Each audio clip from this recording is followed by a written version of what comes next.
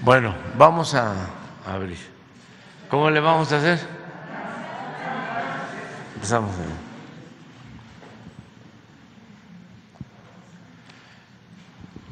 Buenos días, señor presidente.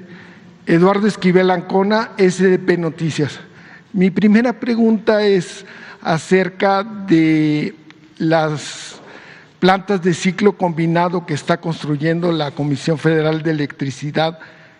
Son dos en Yucatán.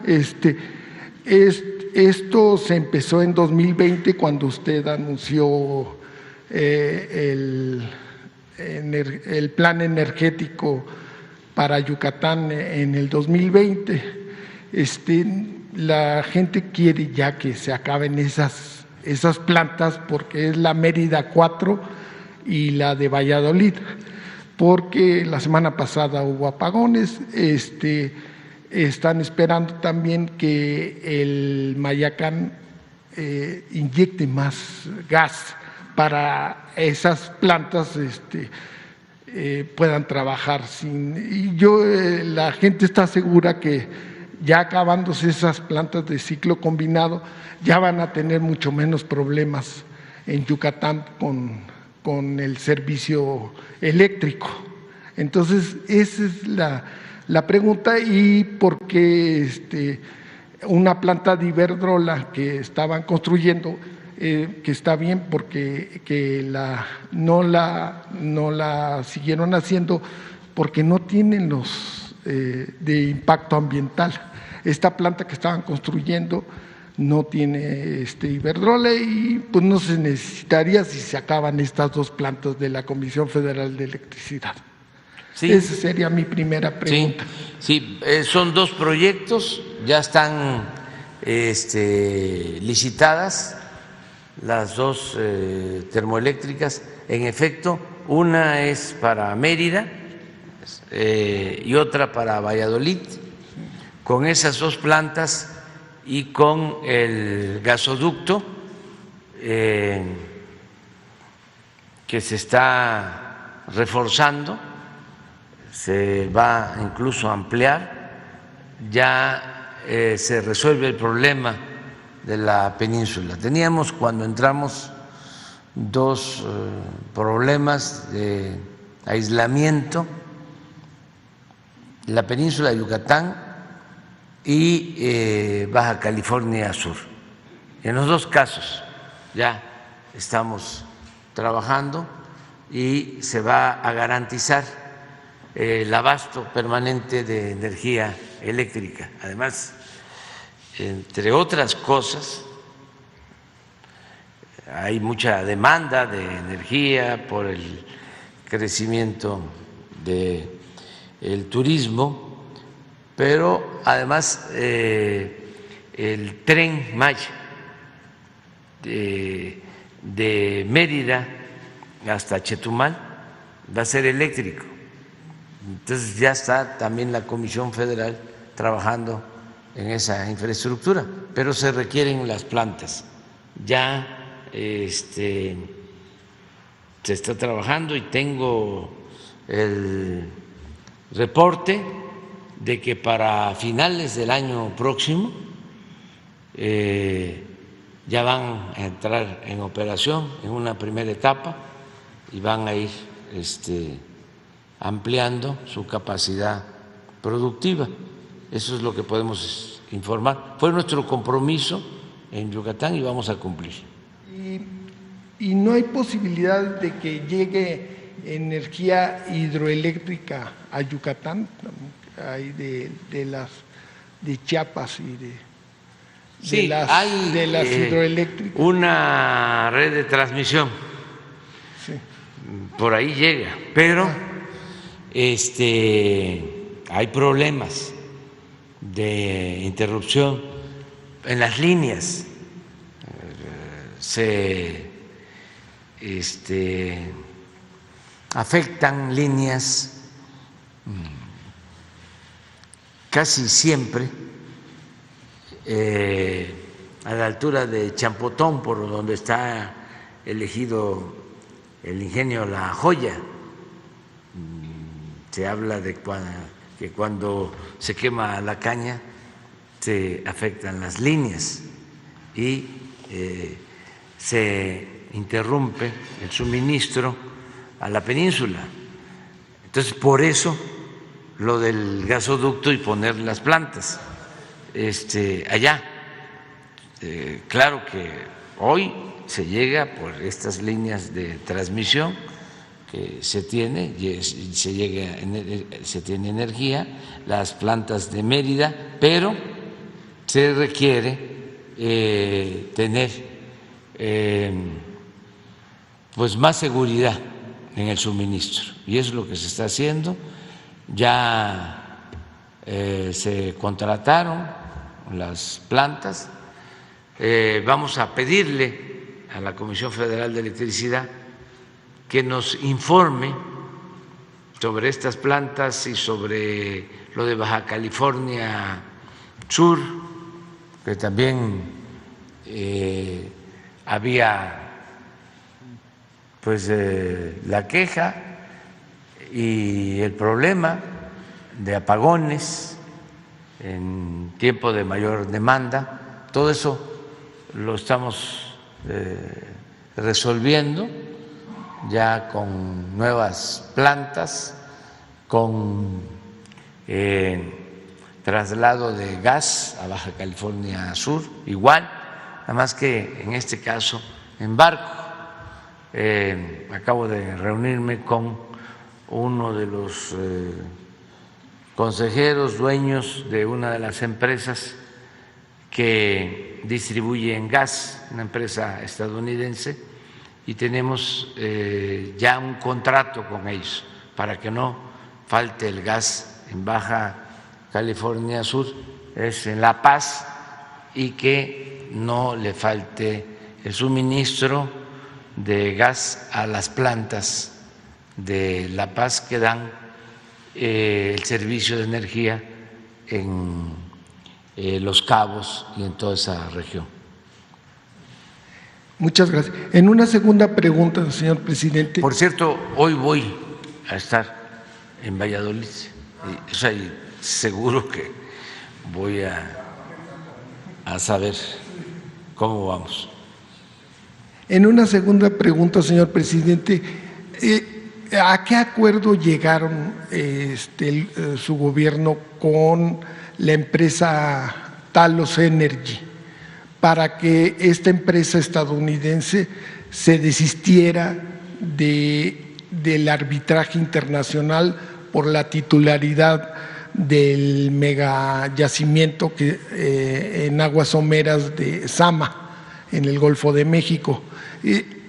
Se llegó a un acuerdo. Esto es una gran noticia porque Pemex va a poder explotar ese yacimiento que se calcula de 160,000 barriles diarios de petróleo. Ellos, según esto, Zama descubrió pero lo que pasa es que la mayoría está en la zona cero, que es la de Petróleos Mexicanos. Entonces, pues aunque lo hayan descubierto, pues la mayoría está del lado de sí.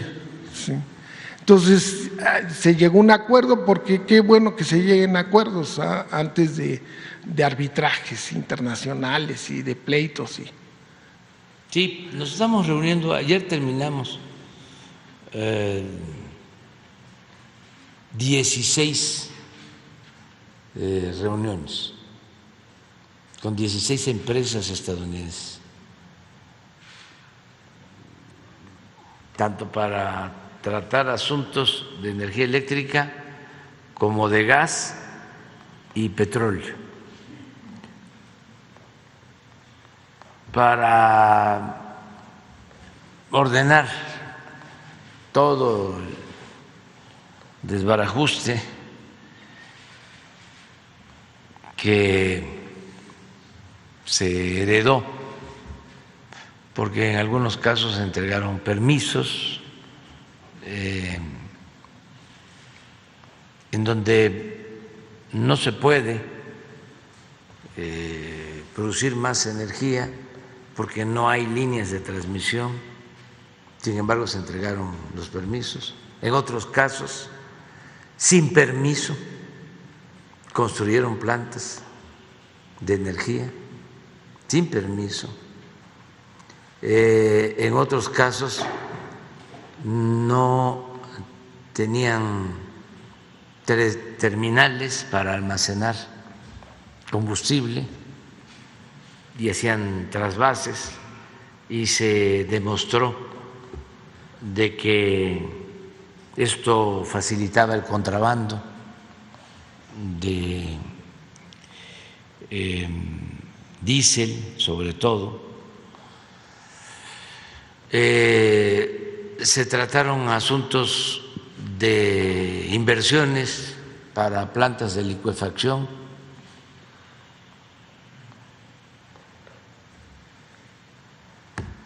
y se vio lo de Talos, cómo explotar este yacimiento que tiene mucho potencial. En efecto, se calcula que se pueden extraer hasta 160,000 barriles diarios de petróleo en aguas someras, en el Golfo. ¿Qué sucedió ahí? Que en las llamadas rondas, cuando se lleva a cabo la política energética y se entregan bloques en mar y en tierra a empresas para la explotación petrolera, desde luego nosotros nos opusimos a eso, pero entregaron 110 concesiones, y de las primeras que se entregaron fue a esta empresa, no Talos, sino otra empresa, incluso en algún tiempo vinculada con familiares, con cuñados de Carlos Salinas de Gortari. Se llevaron a trabajar a funcionarios del más alto nivel de Pemex, de modo que sabían que había petróleo. Se contó con información privilegiada, se entregaron los convenios, pero no nos heredó, como decía el poeta,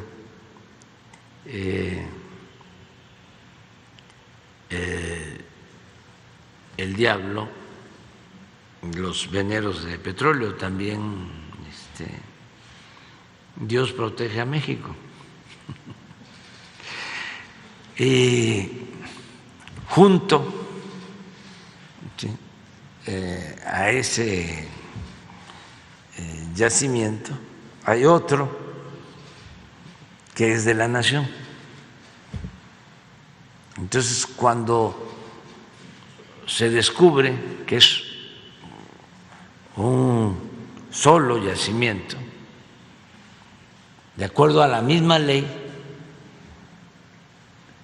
tiene que operarlo la empresa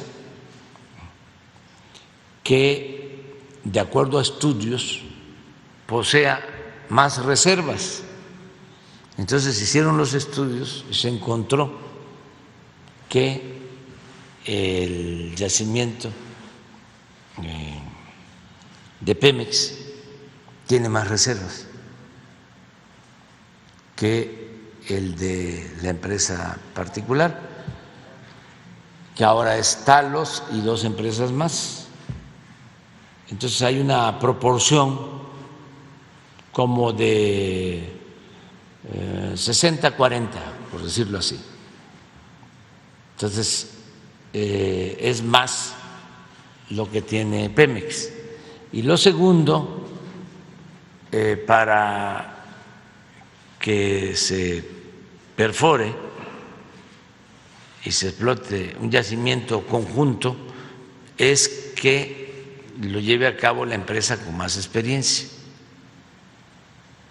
entonces Pemex tiene más experiencia y ese era el motivo de la inconformidad. Talos quería operar el yacimiento, buscándole la forma de llegar a un acuerdo. Tuvimos que decidir que Pemex iba a invertir, porque ellos hablaban de que iban a poner la inversión y por lo mismo ellos tenían que operar el yacimiento, además con un plan de producción que no era tan conveniente para el país, porque era ir extrayendo lentamente crudo y eso nos significaba menos ingresos para la hacienda pública. Entonces llegamos al acuerdo que si Pemex aportaba inversión, que cada una de las partes iba a aportar la inversión que le correspondía y por lo mismo Pemex sí aportaba esos recursos, operaba y administraba el campo. Y parece que se está llegando a un acuerdo con ellos y es bueno porque yo mismo le dije al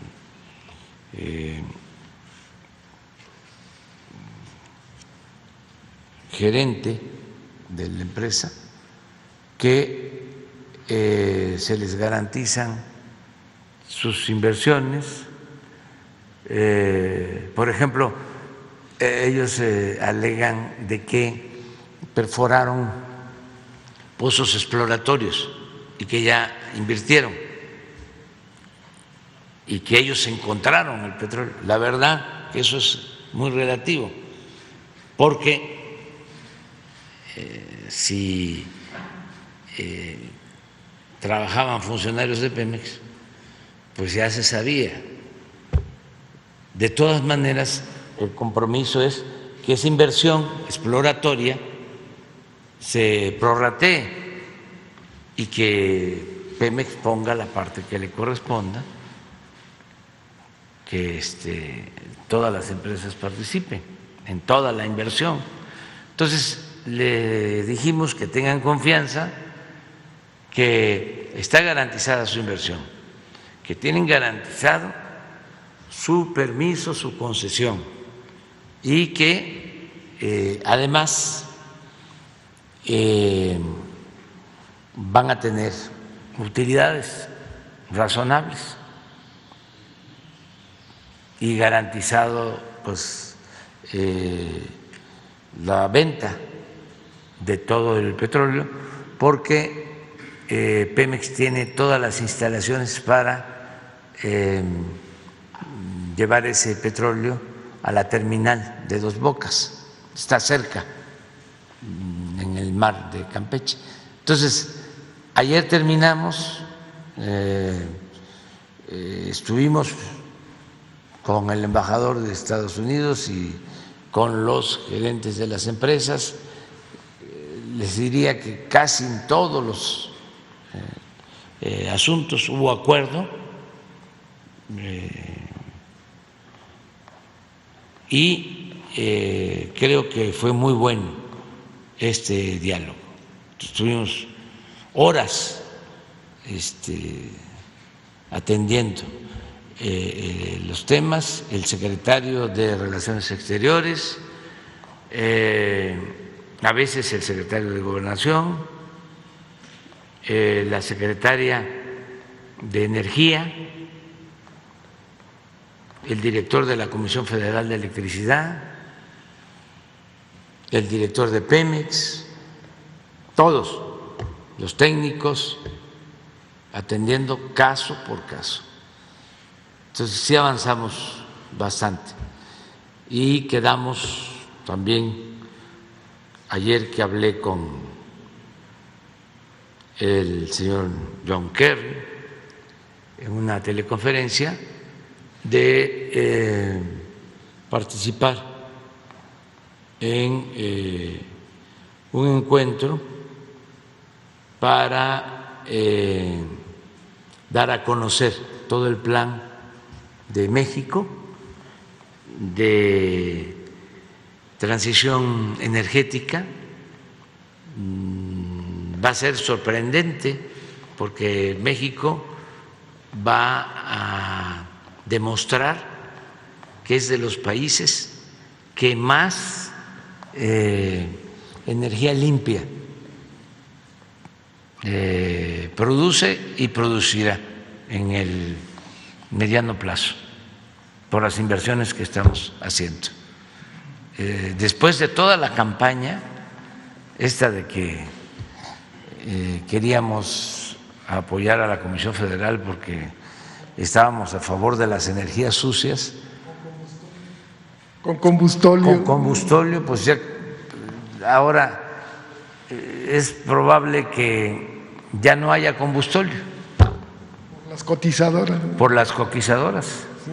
Entonces, es un plan que no creo que lo estén aplicando en otro país del mundo. Entonces vamos a poder informarles lo que siempre hemos dicho.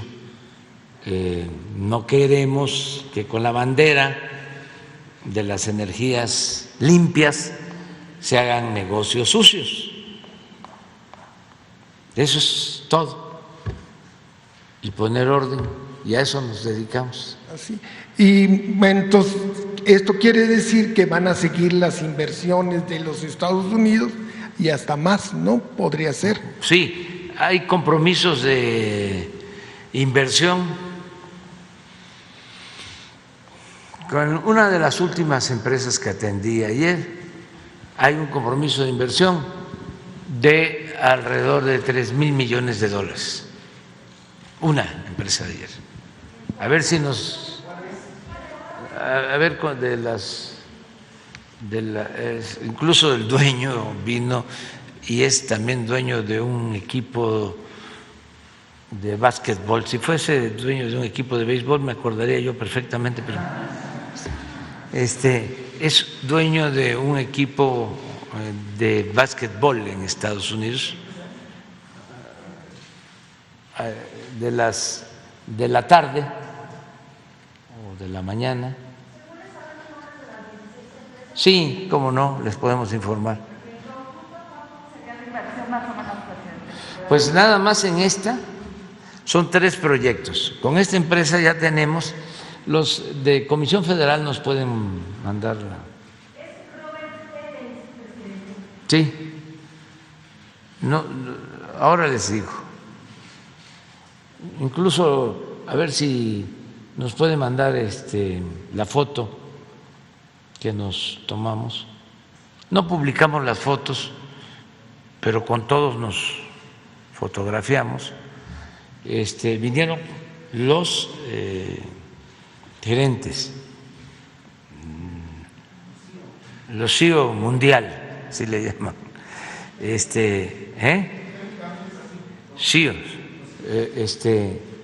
Él viene, tienen inversiones en todo el mundo, es de las empresas del sector eléctrico muy importante.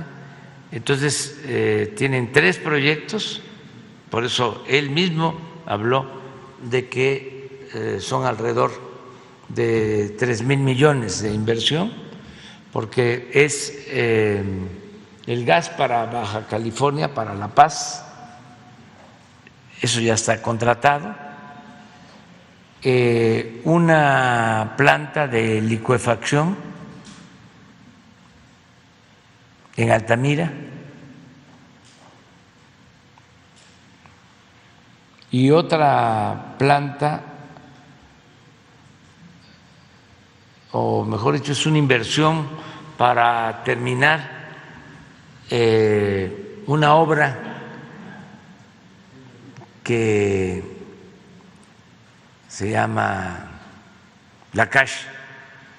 Perforaron en la época de Calderón, empezaron a perforar en aguas profundas, si se acuerdan, en el Golfo de México, casi enfrente de Alvarado, en el mar, aguas profundas, para extraer gas. Se encontró gas, se invirtió desde entonces en plataformas alrededor de 1.500 millones, pero en análisis de rentabilidad no costeaba seguir invirtiendo, y ya en el gobierno pasado prácticamente no invirtieron. A ver si está.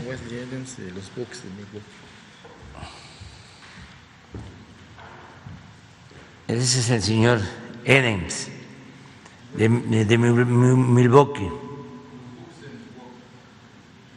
Bucks de Milwaukee.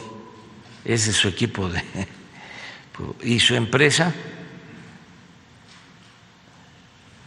A ver si está.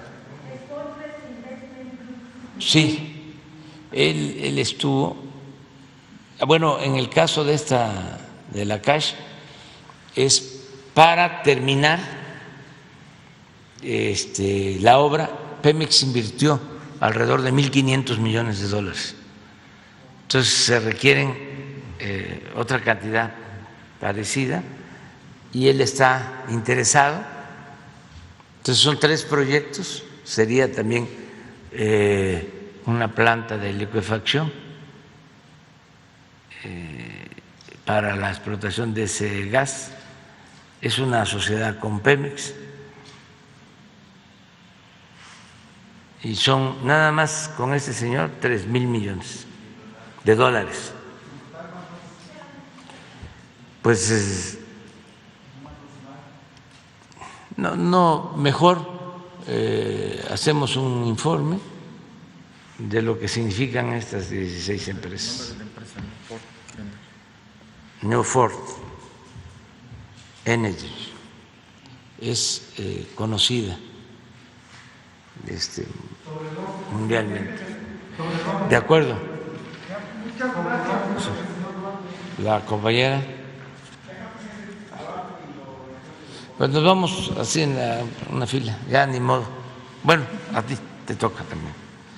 Buenos días, presidente. Shaila Rosagel, corresponsal de Grupo Gili, El Imparcial de Sonora, La Crónica de Mexicali y Frontera de Tijuana. Presidente, preguntarle en primer lugar si ya tienen más o menos un estimado de los recursos que han ingresado por la regularización de autos chocolate en los estados en donde se está implementando, y también cuándo regresaría este recurso a los municipios para iniciar con el bacheo. Bueno, hoy vimos eso en la mañana, a ver si nos da la lámina, nos manda la gráfica Rosa Isela para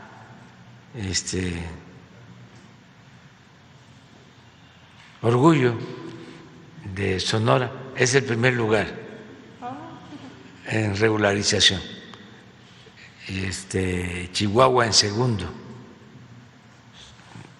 de lo que me acuerdo. Ahora lo vamos a ver. Y creo que en tercero Baja California. Ya se está trabajando en 11 o en 21, ahorita vemos, y se está avanzando en el programa. Es la gráfica que nos presentó Rosa Isela. Se está trabajando de manera conjunta con los gobernadores. Aprovecho para invitar a todos los que tienen carros irregulares. Son 2.500 pesos. Y así vamos.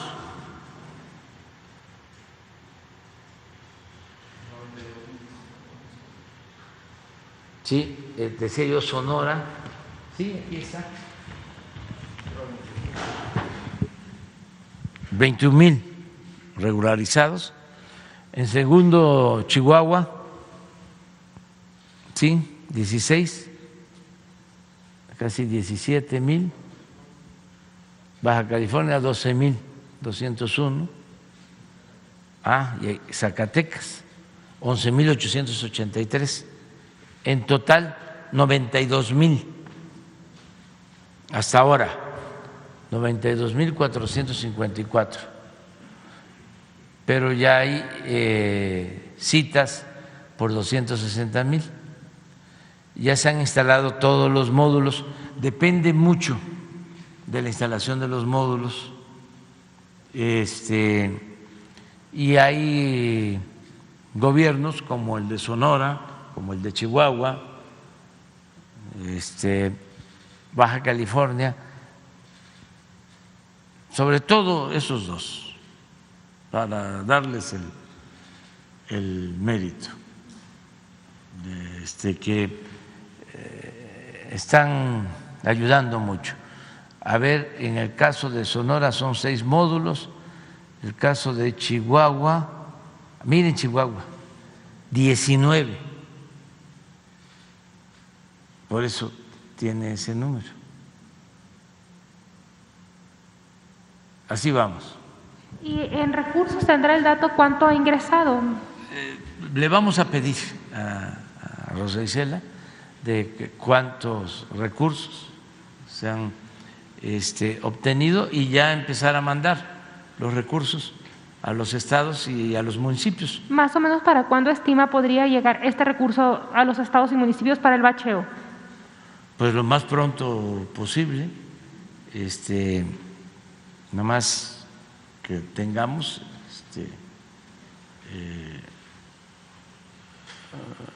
pues una información más amplia, que les toque más, se los enviamos para que empiecen a tapar baches, a reparar las calles. Ya le tocó ahora que fue a los caminos allá de Sonora, le tocó el camino para ir a Desemboque.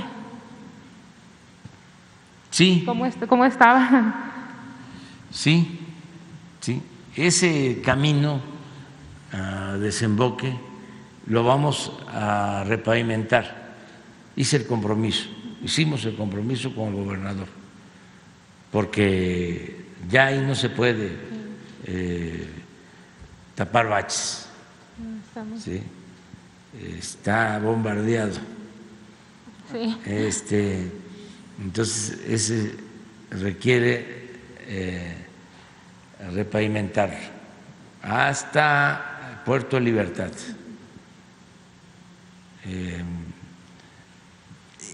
En los acuerdos que se obtuvieron ahora con estas reuniones, a ver si pones un plano o un mapa de la República o de Sonora.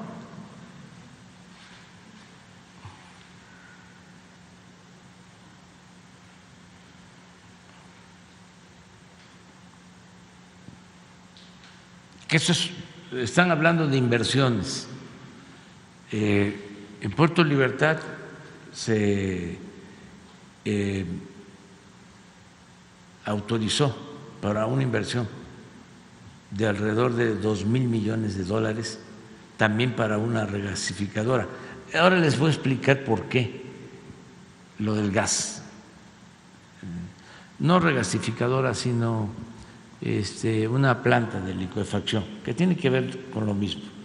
La licuefacción es congelar el gas, es para trasladarlo, transportarlo en barcos, 10, 15 horas a Asia. Y la regasificadora es para volverlo a su estado natural y meterlo a los gasoductos, ya, y distribuirlo. Entonces, allí en Puerto Libertad ya se autorizó para una planta de licuefacción de 2,000 millones de dólares. Y nos importa mucho por el empleo, por el trabajo. ¿Y de las 16? Es una zona que además necesitamos cuidar mucho porque últimamente ha habido bastante violencia en esa zona que ahora vamos a ver. ¿Y para Baja California, de las 16 empresas que vio, hay algún proyecto nuevo? Baja California, Ensenada, Tijuana, Mexicali. Pues en Ensenada está Sempra, que lleva un 30% de avance, también en una planta de licuefacción. Y tienen ellos, pues es una inversión igual, como de 2,000 millones de dólares, y esa sí la van a terminar en el 24. La de Ensenada.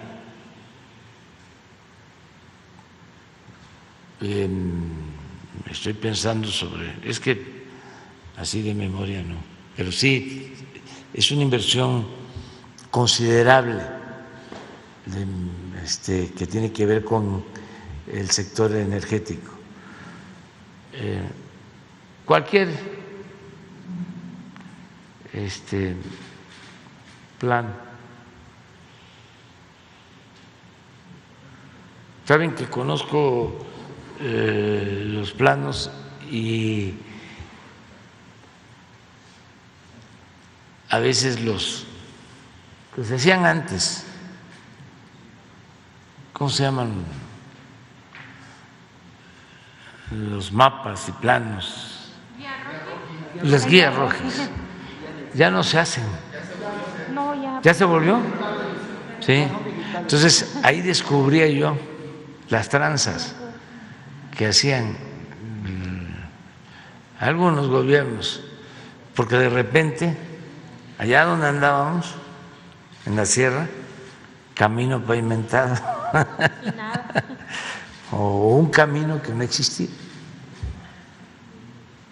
que seguramente lo cobraban y no lo hacían.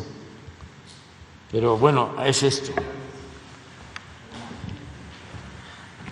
Esta es la isla del Tiburón, estos son todos territorios SERI y nosotros estuvimos por acá, por aquí. Sí, y este es el camino que está lleno de baches.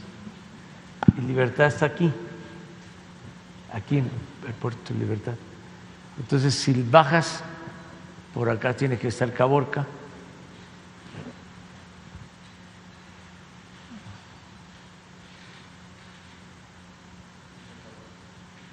Acá.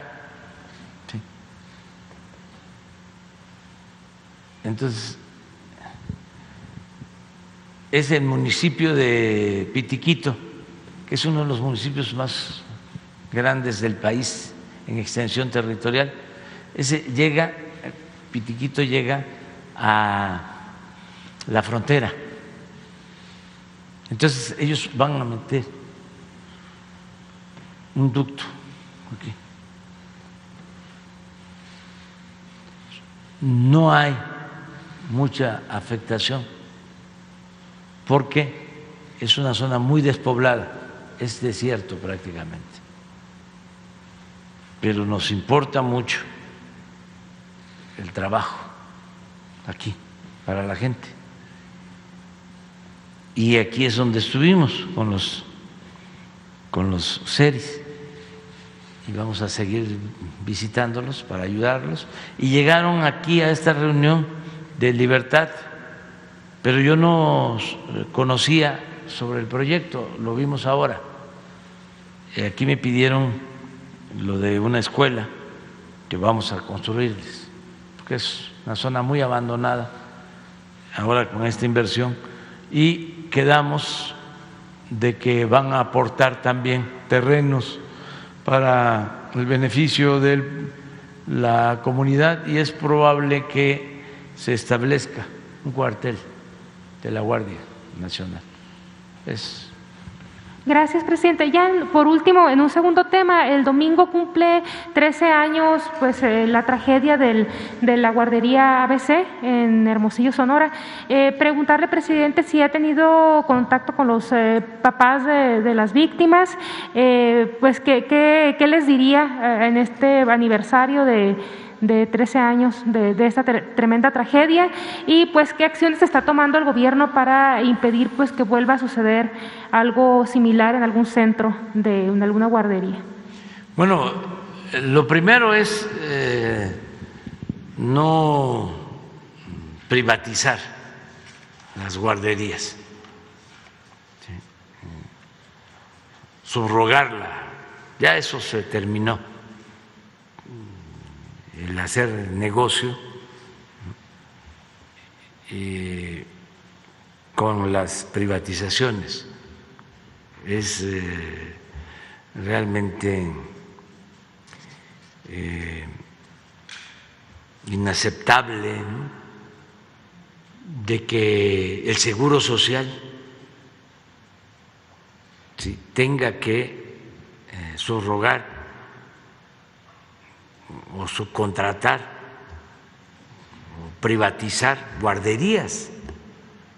Entonces, ¿para qué es el Seguro Social? No puede el Seguro Social administrar las guarderías, pero como estaba de moda, ¿sí?, lo de las privatizaciones, bueno, la basura, los reclusorios, el agua, todo había que privatizar, ¿no? Sucedieron estas cosas, ¿no? Muchas desgracias lamentables, porque pues no hay control, no hay regulación, no hay experiencia, todo es improvisado y para beneficio personal de quienes tienen palancas, de quienes tienen influencias. Todo eso fue una desgracia, todo ese periodo neoliberal. Y fue muy lamentable pues este caso. Yo voy a pedirle a Alejandro Encinas y a Zoe Robledo que si pueden, pues hoy o mañana, antes del domingo, que informen de la atención a los familiares, a las niñas, a los niños, que informen sobre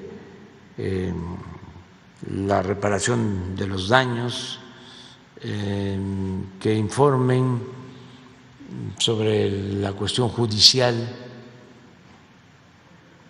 Ahora que fui a Hermosillo, lo que me encontré fue un familiar de uno de los bomberos que está preso, que hay unos bomberos presos. Y como siempre, también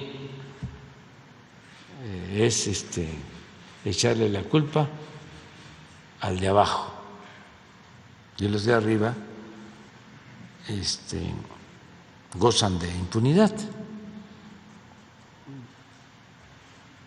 Vamos a que nos informen de cómo va la denuncia, si te parece, sobre este caso. Y un abrazo a los papás y a las mamás. Adelante.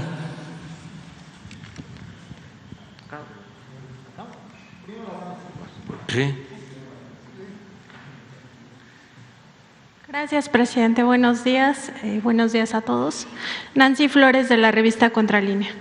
Presidente, en este informe que nos presentaron, que ya nos entregó la Secretaría de Seguridad y Protección Ciudadana a través de la secretaria Rosa Isela Rodríguez sobre el caso de los refugios de Rocío Orozco, se revelan dos cosas muy importantes. La primera de ellas, que ya se le dio vista a la Fiscalía General de la República sobre este caso para que acompañe con un análisis penal de pues las responsabilidades que tuvieran los dueños de este refugio, entre ellos, por supuesto, Rocío Orozco, y con ello pues se advierte que sí es un tema de carácter federal, del fuero federal. Y segundo, también las dos secretarías, es decir, Gobernación y también Seguridad y Protección Ciudadana, hacen una propuesta. Están recomendando que estos refugios destinados a niños y niñas víctimas de trata de personas, del delito de trata de personas, sean ya operados por el Estado mexicano. Entonces, preguntarle, presidente, si usted acompañaría esta recomendación que están haciendo estas dos secretarías y si eso se pudiera lograr en lo que queda del sexenio, de su sexenio, y con esto pues garantizar ya por fin el interés superior de la niñez y que no vuelvan a ocurrir estos casos como de los 3 pequeñitos que fueron violentados sexualmente. Sí, es parte de lo que estamos hablando, de lo de la guardería ABC, de toda una política, no solo de México, del mundo, de las organizaciones no gubernamentales, de la llamada sociedad civil, de ir quitándole funciones al Estado, ir creando en paralelo instituciones supuestamente independientes, autónomas. Es parte del modelo neoliberal que se implantó. Entonces, sí, nosotros queremos que el Estado asuma su responsabilidad social, que no incumpla con su responsabilidad social, y en este caso los refugios y en otros, que la recomendación que hacen las dos secretarías se pueda llevar a cabo. Sí podríamos nosotros atenderlo. Se tiene el DIF, se tiene instituciones con este propósito, y cuando se trata de justicia pues no hay problema presupuestal, siempre se consigue. Entonces, sí vamos a tomar en cuenta lo que estás planteando. Y en otro tema, presidente, pues ayer ya veíamos esta extradición del exgobernador de Chihuahua, César Duarte, pero hay otro gobernador que también ha sido señalado de peculado. Nosotros tuvimos acceso a los expedientes de García Cabeza de Vaca, el gobernador de Tamaulipas, no solo el expediente judicial en México, sino también el de Estados Unidos. Se da cuenta de, por ejemplo, 17 reportes del FinCEN, esta institución estadounidense encargada de revisar las operaciones relevantes o sospechosas, y en estas pues se da cuenta de toda una red de inmuebles y también de empresas que habría constituido este gobernador de Tamaulipas, así como su familia. Se menciona incluso a su madre, su esposa, sus 2 hermanos en una red de presunto lavado de dinero. Incluso se señala en ambos expedientes que tendría relación con el cártel de Sinaloa, pero también con grupos criminales de la delincuencia transnacional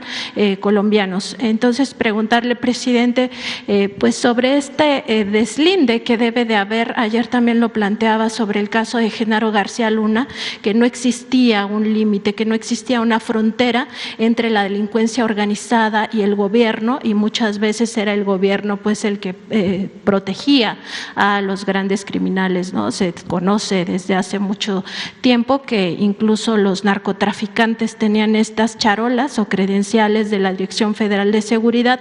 Entonces, preguntarle, presidente, ¿qué se puede hacer en México para que ya no exista esta colusión entre gobernantes, en este caso gobernadores estatales, y el crimen organizado, y que poco a poco se vaya limpiando pues de esta, digamos, este lastre que llevamos por tantos años?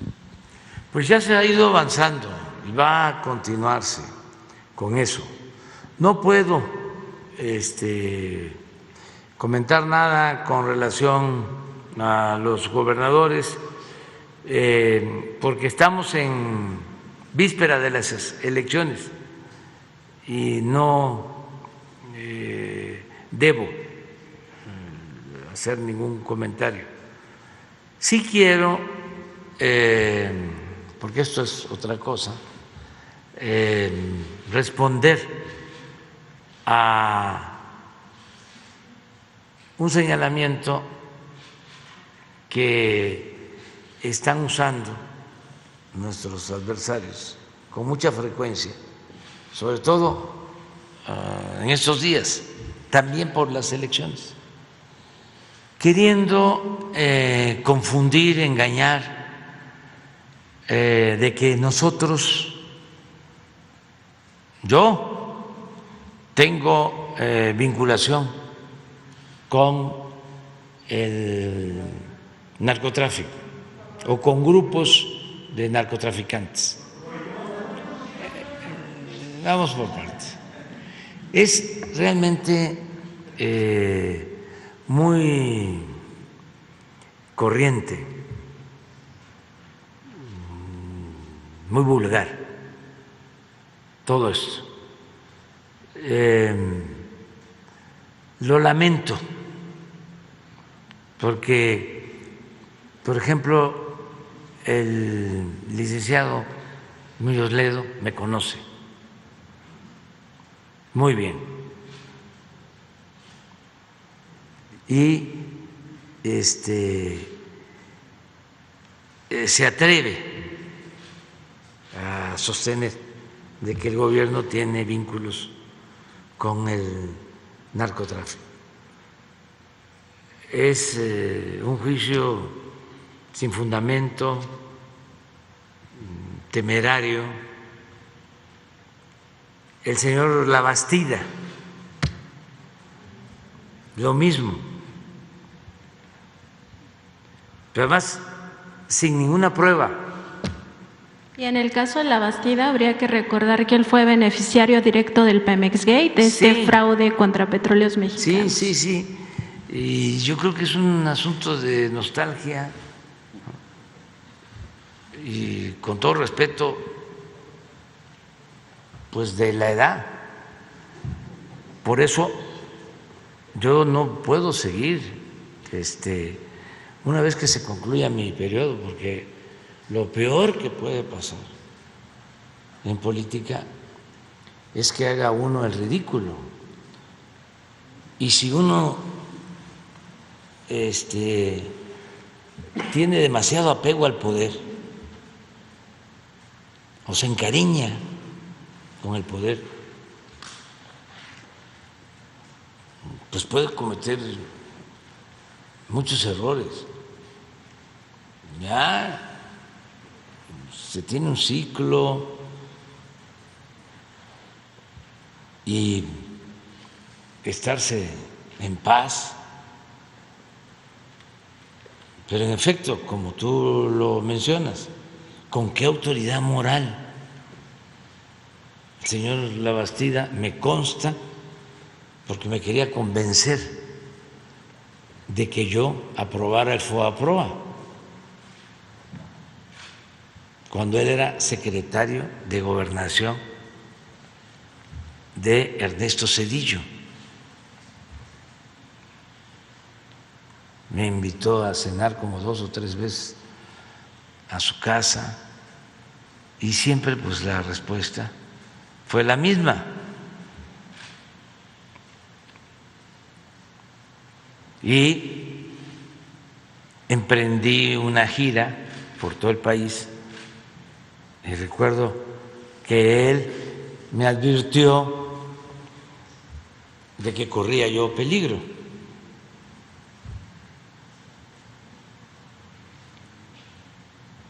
Él era un promotor de que se convirtieran las deudas privadas en deuda pública. Y luego lo que dices, lo del dinero que recibe en su campaña, que está aprobado, el llamado Pemex Gay. Hasta multaron al PRI por eso. Sí. Entonces, ¿con qué autoridad? Y lo que más pena ajena me produce es lo de Carmen Aristegui.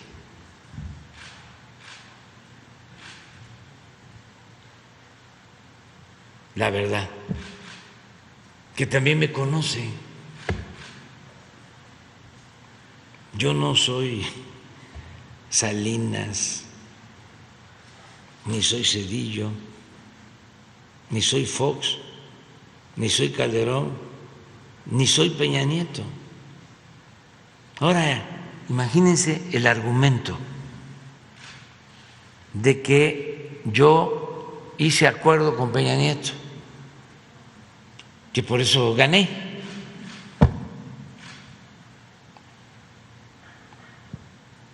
Pues no, yo lo que hice fue agradecerle a Peña Nieto de que no se metió como lo hizo Fox y como lo hizo Calderón y como lo hicieron otros en el fraude. Es decir, no impidió el que yo pudiese llegar con el voto de los ciudadanos a la presidencia, como sí lo impidió Fox. Y a todos nos consta, él mismo sabe. Bueno, lo declaró que por ningún motivo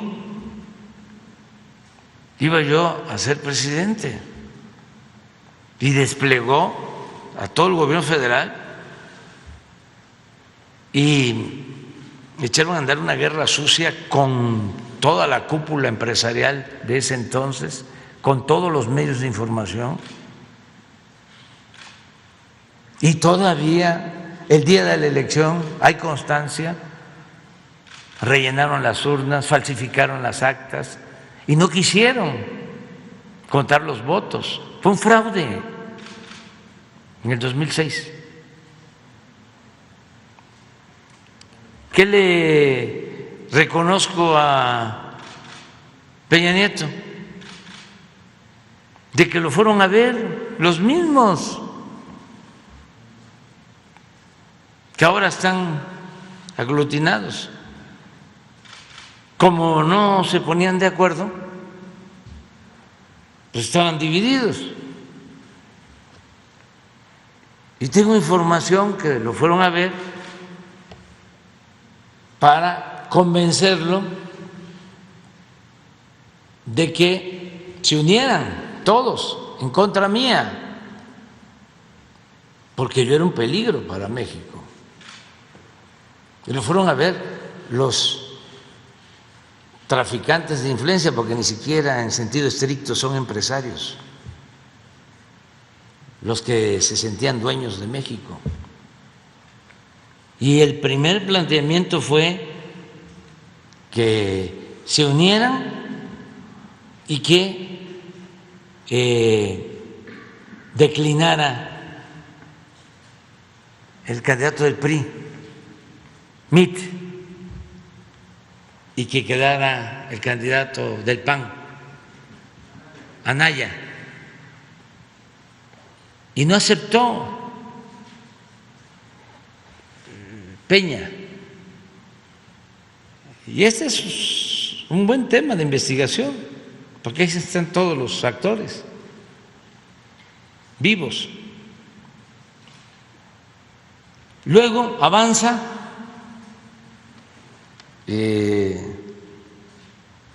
la campaña, no pueden subir, vienen los debates, apostaban, trajeron expertos a que me iban a descontar en los debates, sobre todo Anaya, haciendo lo mismo que le hizo el presidente Trump a la señora Clinton, se le fue a parar ahí enfrente y se llevó su respuesta y no pudieron. Luego, la desesperación, vuelven a buscar a Peña para ofrecerle de que ellos se encargaban de bajar a el del PAN, Anaya, y que quedara como candidato único Mitt, y no aceptó. Bueno, esto que les estoy diciendo,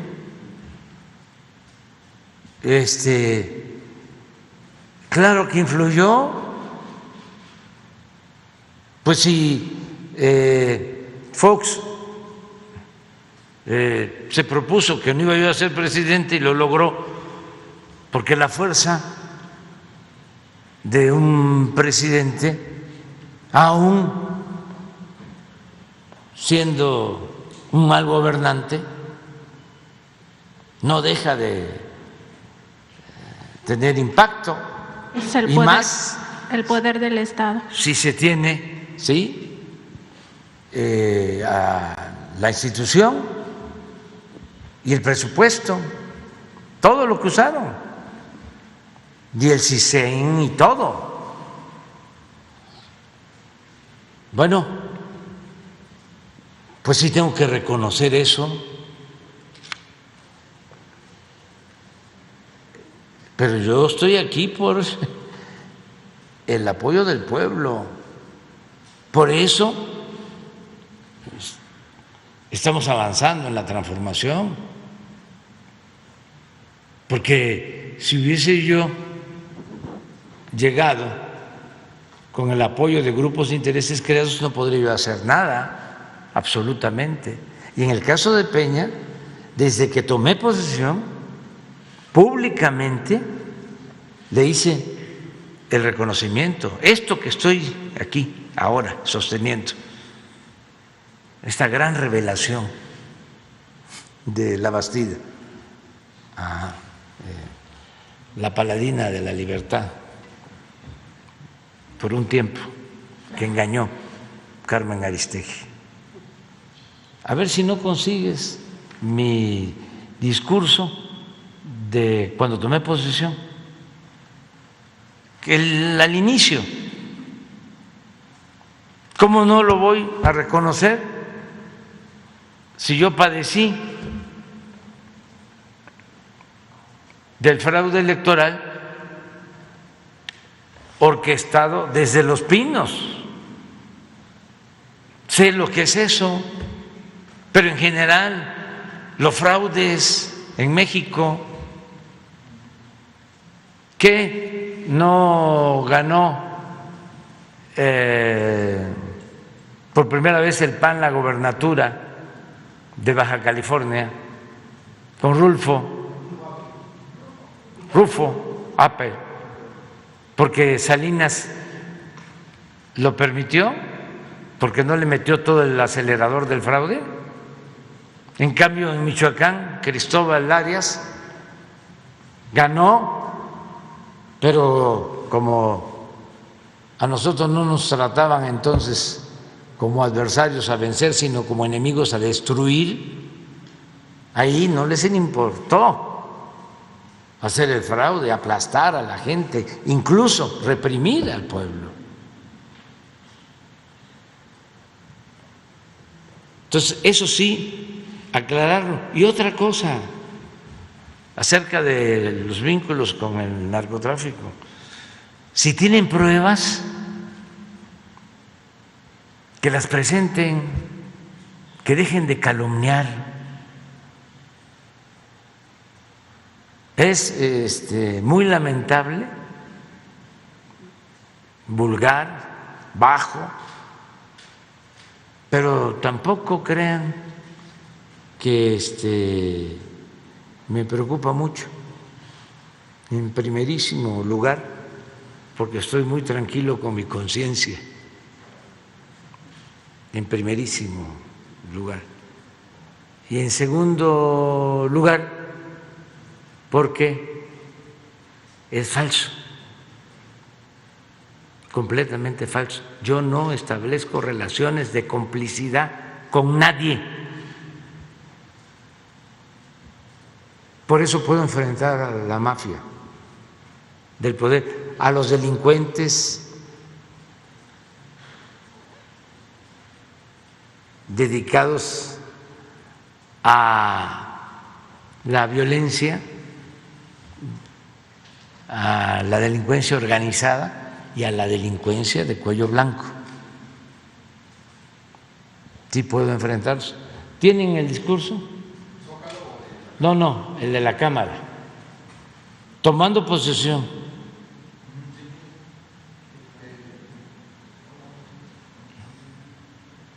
Al inicio.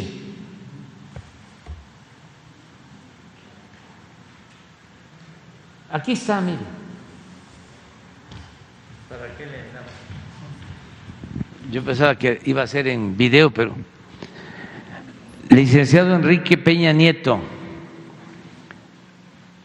le agradezco sus atenciones, pero sobre todo le reconozco el hecho de no haber intervenido como lo hicieron otros presidentes en las pasadas elecciones presidenciales. Hemos padecido ya ese atropello antidemocrático y valoramos el que el presidente en funciones respete la voluntad del pueblo.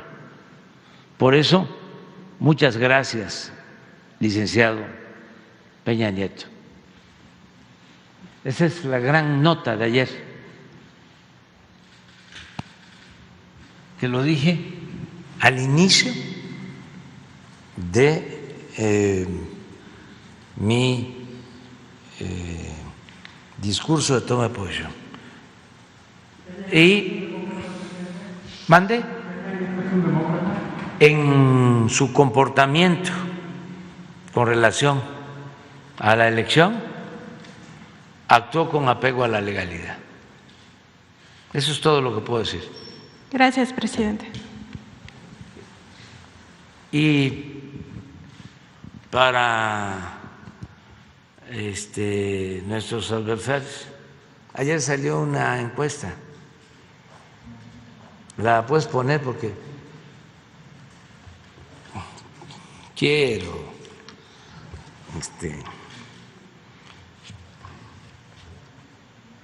presumir un poquito. ¿Saben por qué la doy a conocer hoy? Salió ayer.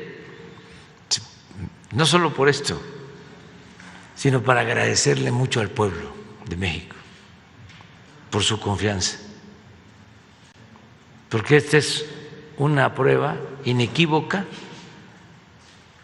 de que el pueblo de México tiene un nivel de conciencia de los más elevados del mundo.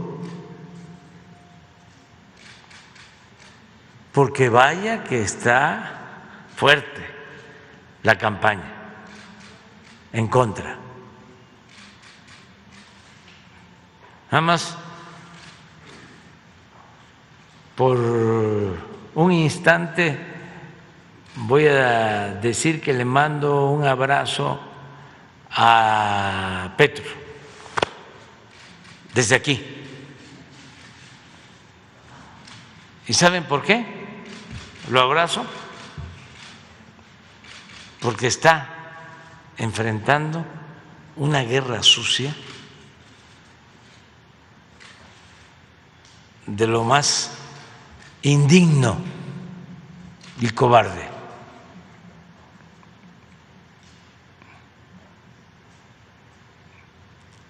Todo lo que ya vimos y padecimos en México.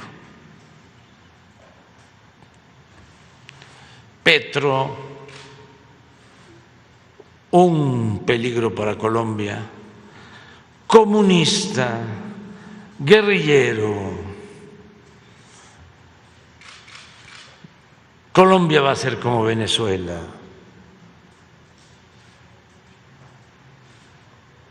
Etcétera, etcétera, etcétera, etcétera. Pero con todo,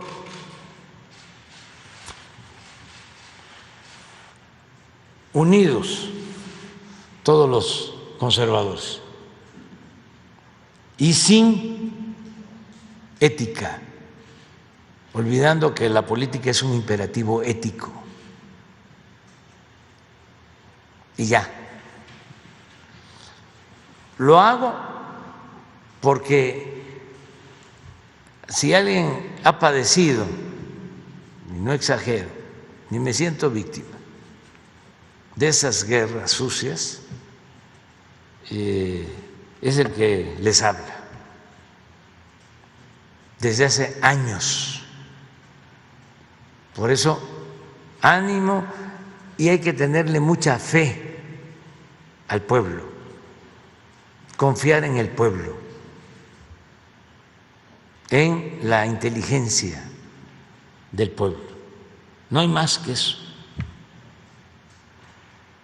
Decía Miguel Hidalgo, y lo repetía Benito Juárez: el pueblo que quiere ser libre, lo será.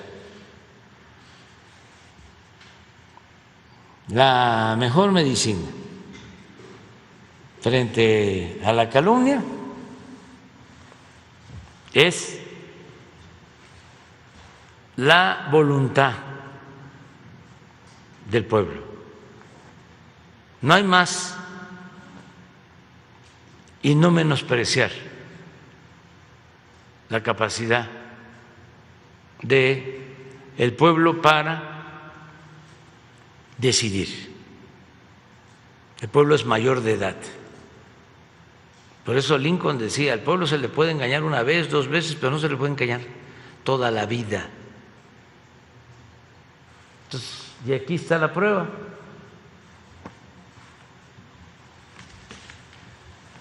Miren,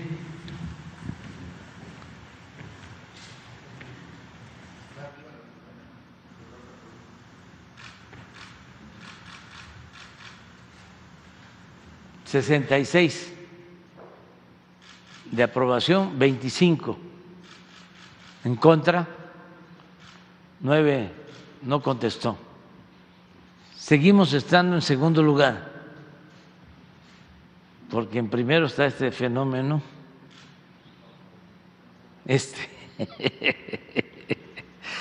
me mandó a decir que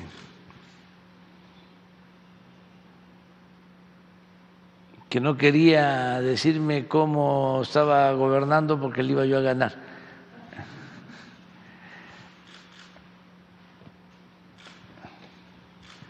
Es el presidente de la India, Modi, 76, 19, 5. Ese es el primer lugar. Pero si ven los demás,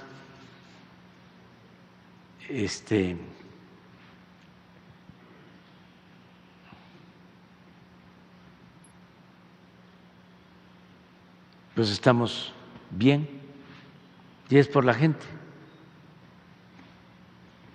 Entonces, por eso enseñan el cobre, muestran el cobre, quienes antes pues tenían un poco de sensatez, actuaban con prudencia, están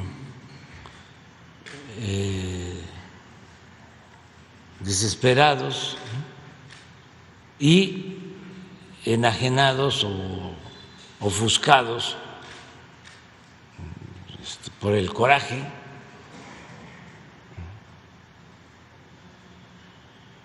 Entonces, vamos a continuar adelante.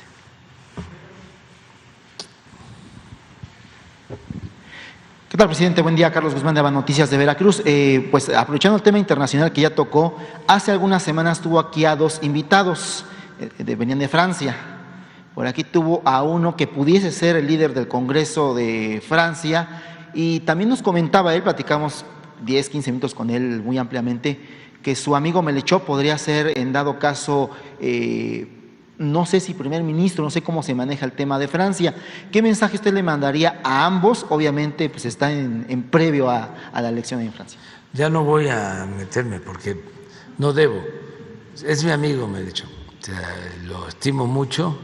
Es un hombre de lucha, consecuente, íntegro. Pero no voy a meter. El caso de Petro es porque me molesta mucho la campaña en su contra. Es de veras indigna, ruin, y es lo que ya nosotros hemos enfrentado. Yo espero que la gente en Colombia no se deje manipular y que actúe con libertad, que vote por el que quiera, pero no a esa guerra sucia, porque es un menosprecio a la persona, es pensar que el ser humano puede ser manipulable, es un objeto, no un sujeto. Y esa es la mentalidad de estos publicistas mercenarios. Morri, que trajeron cuando en el 2006, cuando impusieron a Calderón, que fue el que acuñó la frase Andrés Manuel o López Obrador, un peligro para México. Morri, ese mismo publicista, junto con Solá de España, pero el creativo, entre comillas, el que acuñó la frase fue Morris, sí, ¿no? De Estados Unidos, lo trajeron, sí, amigo del que después fue embajador, que ahora es opositor a nosotros abiertamente, un internacionalista mexicano que fue embajador de México en Estados Unidos, ¿Castañeda? Sarucán, Arturo Sarucán, y de Brando, cuñado de Calderón, todo ese grupo, y Solá. Todos ellos se armaron, claro, con el apoyo de las televisoras, de todos los medios de comunicación, de las cúpulas empresariales, de todos, Claudio X González, papá, y todos. No estoy inventando nada. Entonces padecimos de toda esa campaña de calumnias, incluso violatoria de la ley, porque invirtieron dinero en publicidad, hasta las empresas aportaban dinero para la campaña. Ese mismo Morris fue luego asesor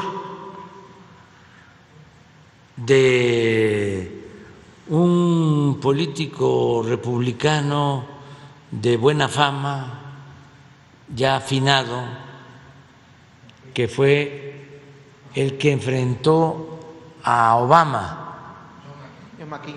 McCain, que incluso había resultado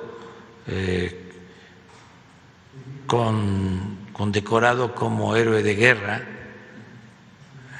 muy querido en Arizona. Bueno, Morris fue asesor después de la campaña en México. Y la misma recomendación: Obama, un peligro para Estados Unidos, del Morris. Nada más que pues no funcionó. ¿Y por qué no funcionó en Estados Unidos y sí funcionó en México? Porque en ese entonces en México la mafia del poder económico y político tenía el control total, o para no ser exagerado, casi total. 99.9% del control de los medios de comunicación. Increíble. 99.9% del control de los medios de información convencional. Esto es periódicos, estaciones de radio, canales de televisión. Entonces, si se tiene el medio y el mensaje,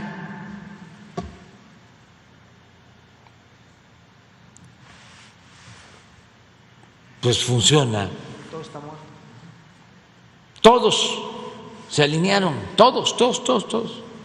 No existían las redes sociales, no existían.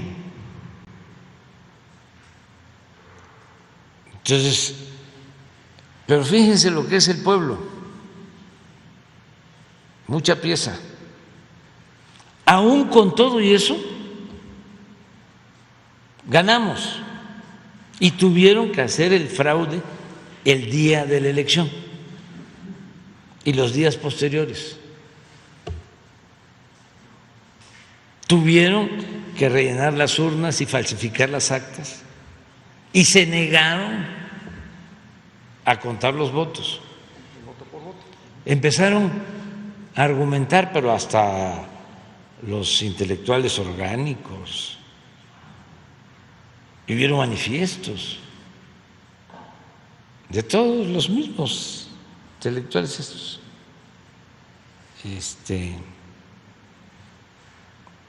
vendidos o alquilados, de que no era posible hacerlo técnicamente. En ese entonces, casi al mismo tiempo, hubieron elecciones en Costa Rica, y fueron elecciones cerradas, ni siquiera tan cerradas como esta, formalmente, porque no fue cerrada. Yo gané, calculo, con 5 millones de votos de ventaja, y cerraron la elección. Bueno, pero así cerrada fue la de Costa Rica,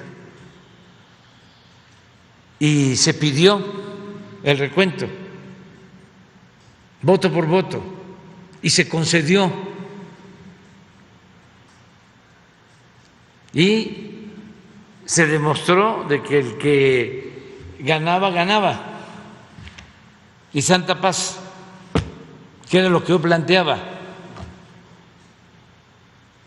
que no quedara la mancha, y era la mejor manera de resolver el problema. El voto por voto. El voto por voto. Dijeron que no se podía técnicamente, legalmente no se podía hacer. Le escribí a Calderón y me contestó eso, que a él no le correspondía, que eso era un asunto de las autoridades electorales. Hubo una magistrada electoral, porque no coincidían, habían más votos que votantes, también faltaban boletas. Entonces, cuando le preguntaron a esta magistrada, familiar de un general del Estado Mayor, que era magistrada electoral, le dijeron: oye, ¿cómo explica usted de que falten las boletas en una casilla, falten tantas boletas? Ah, dice, es que hay jóvenes que van a votar, les entregan la boleta y en vez de depositarla, se la guardan porque se la quieren llevar de recuerdo. Es textual esto, es lo que estoy diciendo. Pues todo eso sucedió. Entonces, por eso lo de Petro, que es nada más para decir, en cualquier lugar de la tierra donde hay una campaña con esas características, además por lo general siempre tienen el control de todos los medios, pues dominan, aturden, se imponen, están suplantando la voluntad libre de los ciudadanos, el derecho del ciudadano a elegir libremente a sus autoridades. Entonces, no es solo el fraude tradicional, no, el fraude que significa el que se permitan esas campañas de desprestigio, de esa guerra sucia, todo el dinero que se utiliza, los publicistas mercenarios que van de un país a otro prestando ese servicio.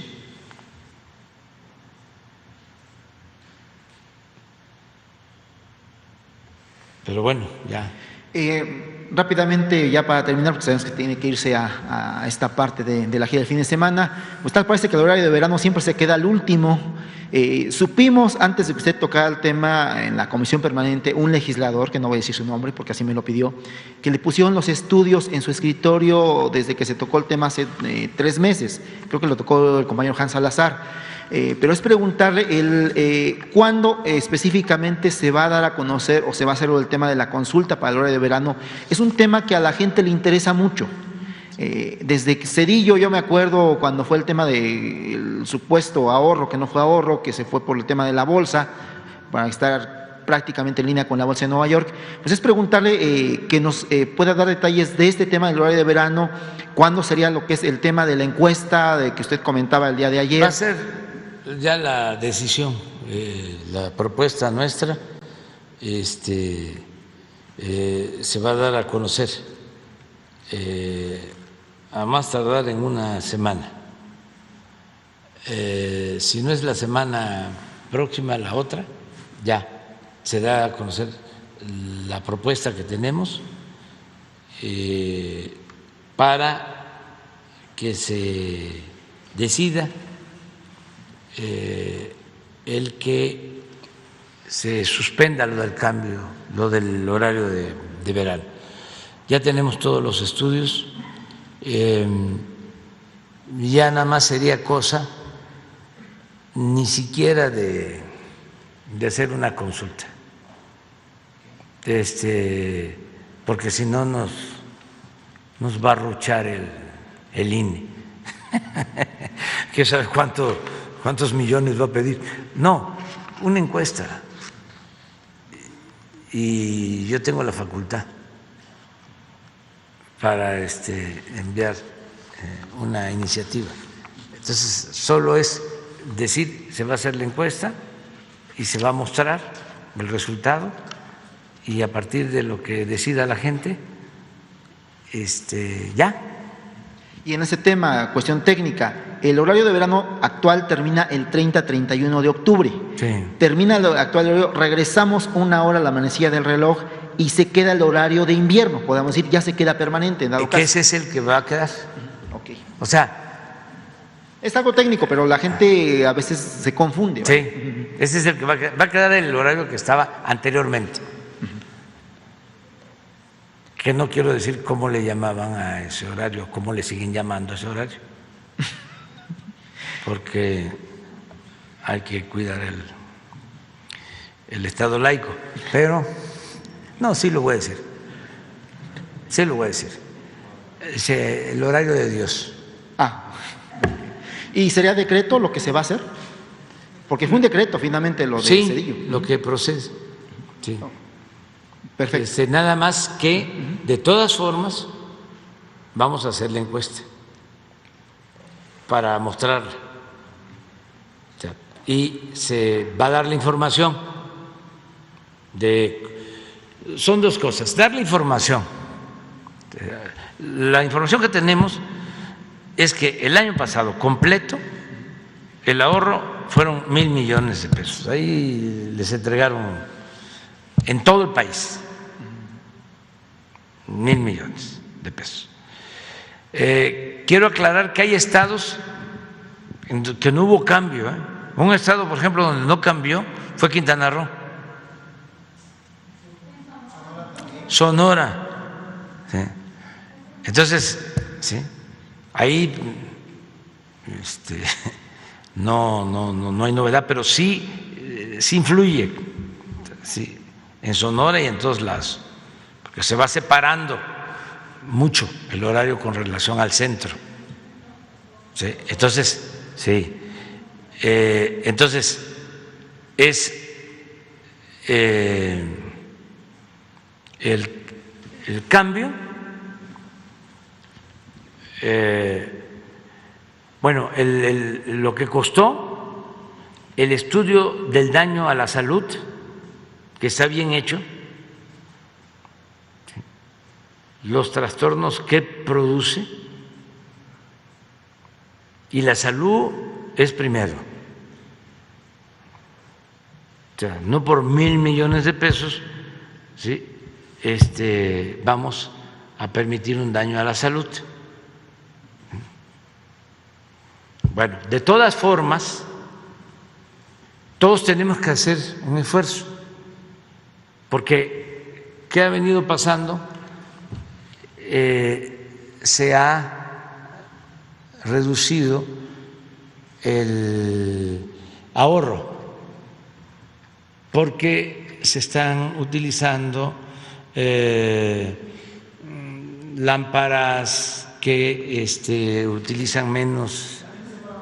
Sí, y por una serie de factores. Entonces, antes era un poco más lo que se gastaba, ahora el ahorro es menor. Entonces podemos bajar todavía más si todos ayudamos, y nos ayudamos, sí, con un programa para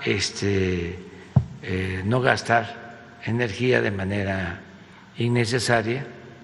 Sí, y hacer todos un compromiso de ahorrar energía, el gobierno y los particulares de manera voluntaria, convenciendo de que a todos nos conviene. Entonces, ya me voy. Te quedas para la próxima. Se quedan para la próxima.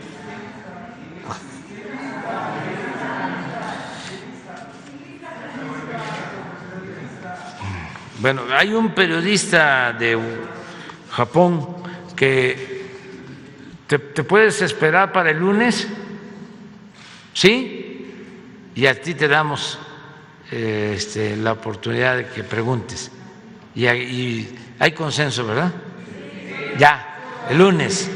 Además, sigue disfrutando la Ciudad de México.